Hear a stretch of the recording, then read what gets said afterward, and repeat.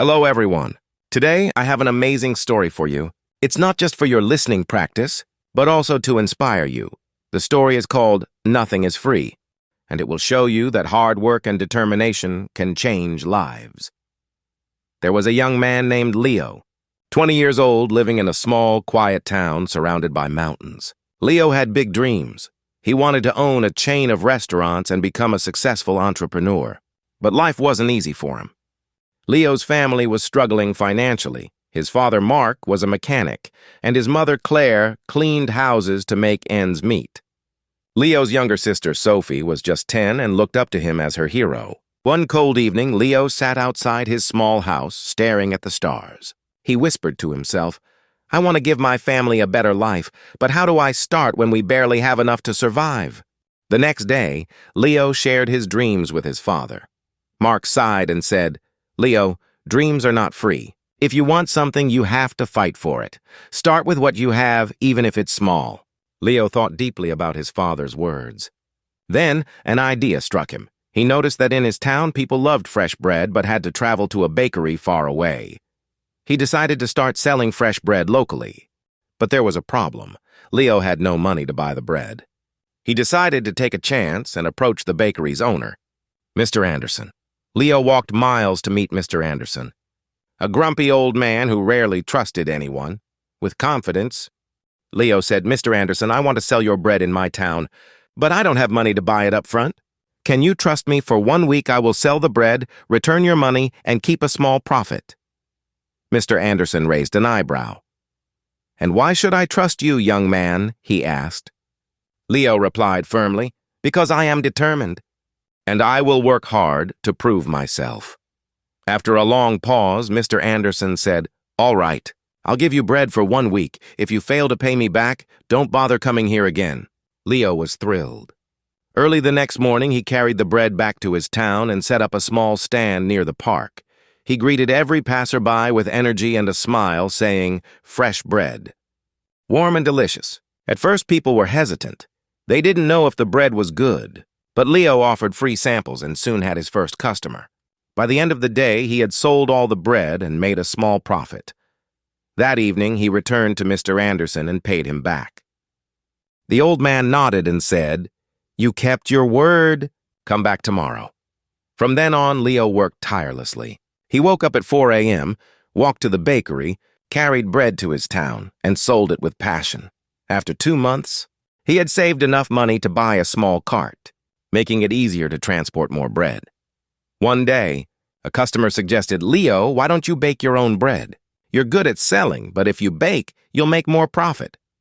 This idea excited Leo, but it also scared him. He had never baked anything in his life. This was the moment where Leo realized nothing is free. Not success, not knowledge, not growth. If I want to succeed, I must take risks and learn. Leo couldn't stop thinking about the idea of baking his own bread. If he could bake, he wouldn't have to rely on Mr. Anderson, and his profit would grow. But there was one big problem. He didn't know how to bake. Leo decided to ask Mr. Anderson for help. The next morning, after delivering his payment, Leo said, "Mr. Anderson, can you teach me how to bake?" The old man frowned. "Why should I teach you? If you bake, you won't buy from me anymore. That's bad for my business." Leo looked at him and said, "You're right, but I won't forget the man who gave me my first chance. If I succeed, I'll make sure to help your bakery too." Mr. Anderson thought for a moment, then said, "Fine, but baking isn't easy. It takes time, patience, and hard work. If you're ready for that, I'll teach you." The lessons began early the next morning. Leo arrived at the bakery at 3 a.m. before the sun was up. Mr. Anderson showed him how to mix flour, knead the dough, and bake it perfectly. At first, Leo struggled. His hands hurt from kneading, and his bread came out too hard or too soft. One day, after ruining another batch of bread, Leo sat down feeling defeated. He said to himself, "Maybe I'm not good enough for this. Maybe I should give up." But then he remembered his father's words. Dreams are not free. He realized that every mistake was teaching him something new. Giving up was not an option. The next day, Leo went back to the bakery with even more determination. He practiced every single step carefully, Slowly, his bread started improving. After 2 weeks, Mr. Anderson handed him a loaf and said, "This is perfect, Leo. You're ready." Leo was overjoyed. He rented a small oven and began baking bread at home. His family was amazed by his hard work. Sophie, his little sister, helped him pack the bread, and his mother made tea for him while he worked late into the night. Soon, Leo wasn't just selling bread.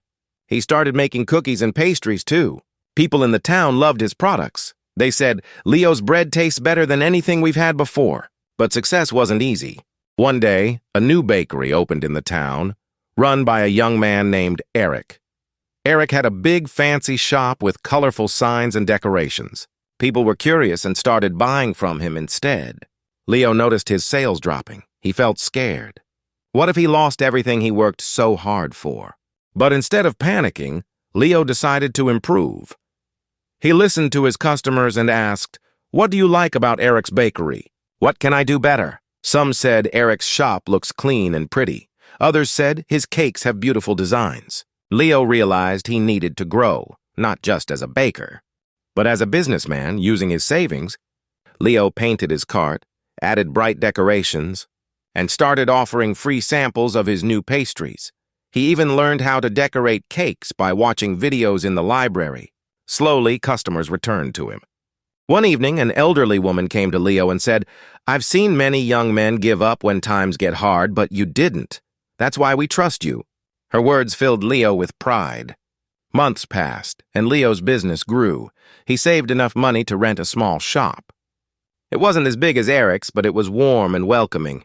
He named it Leo's Fresh Bakes. Every morning, he woke up before sunrise, baked fresh bread, and opened his shop with a smile. His parents and sister helped him. Sophie, now 11, loved talking to customers, and Claire managed the accounts. But Leo knew this wasn't the end of his journey. He wanted to reach more people, make his family proud, and prove to himself that anything is possible with hard work. Leo's Bakery, Leo's Fresh Bakes, was becoming the heart of the town. People loved his fresh bread, cakes and pastries.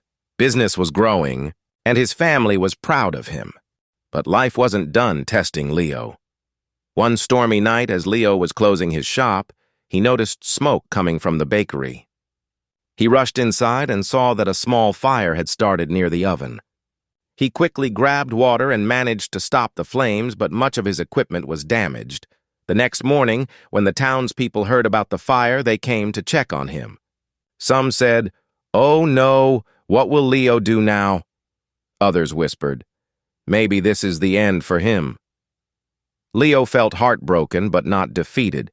He stood outside his bakery and said, "This is just a challenge. I've faced struggles before, and I will face this too. I won't give up." He took a deep breath and began making a plan. He calculated how much money he had saved and realized it wasn't enough to replace all the equipment. For a moment, fear crept in. But Leo remembered his journey, how he started with nothing but a dream and hard work. Instead of sitting and worrying, Leo asked for help. He approached Mr. Anderson, who had retired, and said, "Sir, I need advice. What would you do if you were me?"